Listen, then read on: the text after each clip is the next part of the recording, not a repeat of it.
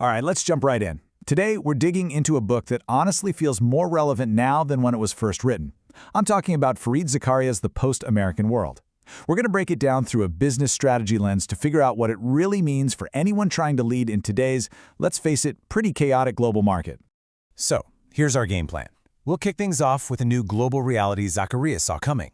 Then, we'll get into his core ideas. After that, we're going to stress test the theory, see how it holds up today. We'll look at a fantastic case study, and then we'll wrap it all up with a practical playbook you can actually use. So first things first, we need to wrap our heads around just how huge this shift is. We're not talking about some small adjustment.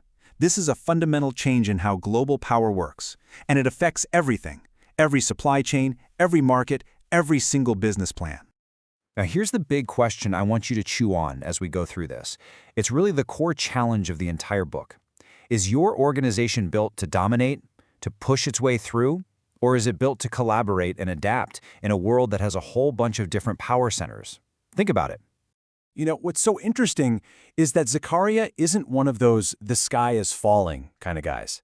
His argument isn't really about America failing or collapsing. Not at all.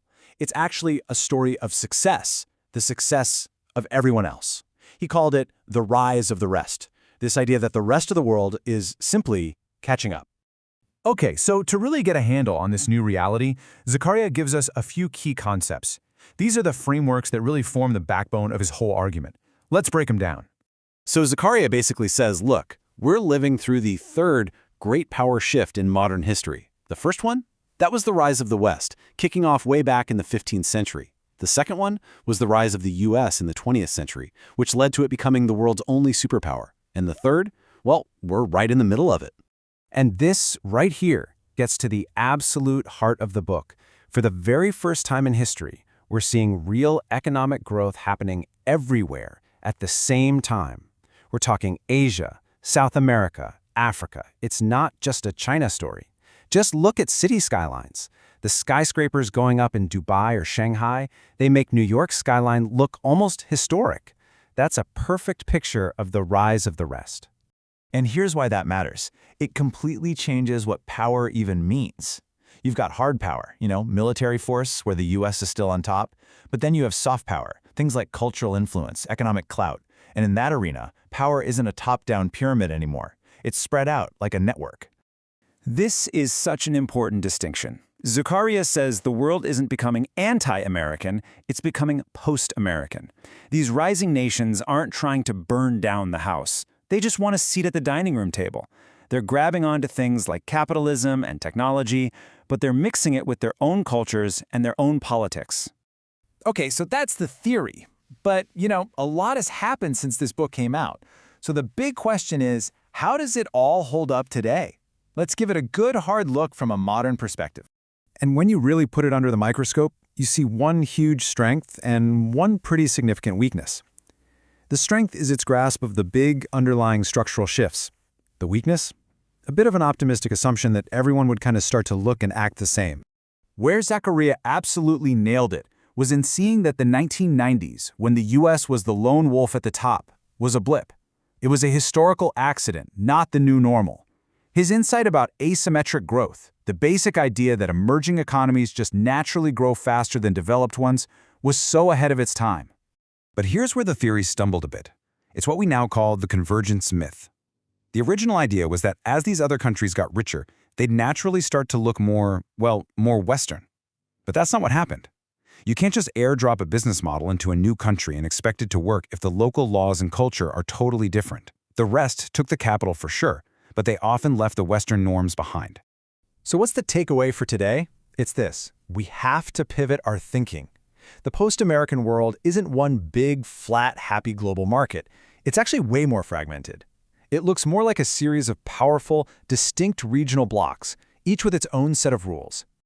Now, I know this can all feel a little abstract, so let's make it super concrete.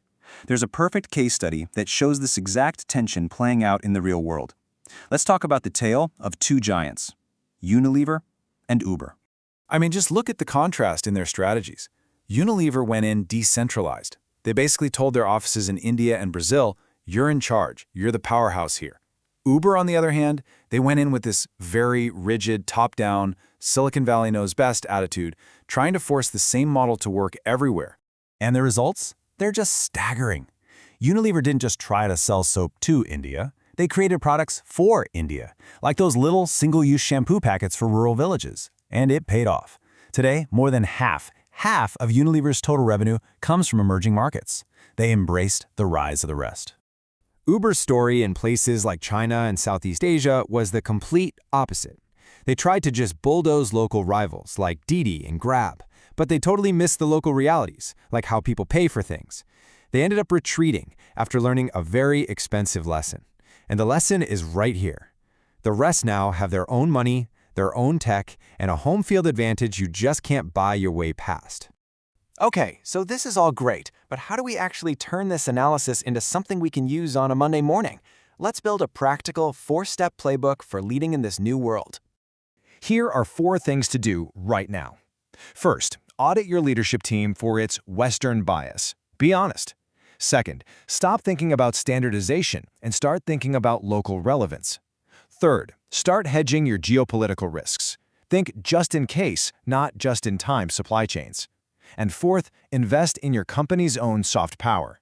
Your reputation and relationships are a massive advantage now. When you boil it all down, it really comes to this. The rules for leadership have changed. It's not enough to be American-made anymore. It's not enough to be Western-trained. The new imperative is to become truly, deeply, globally fluent. So I'll leave you with 2 big questions to take back to your next strategy session. First, in your industry right now, is the rest closing the gap on you in R&D and talent? And second, if you were forced to move your company headquarters to a non-Western city for the next 20 years, where would you go? And more importantly, why? Because in this post-American world, nobody has a monopoly on the right answers. But asking the right questions, that is the absolute best place to start.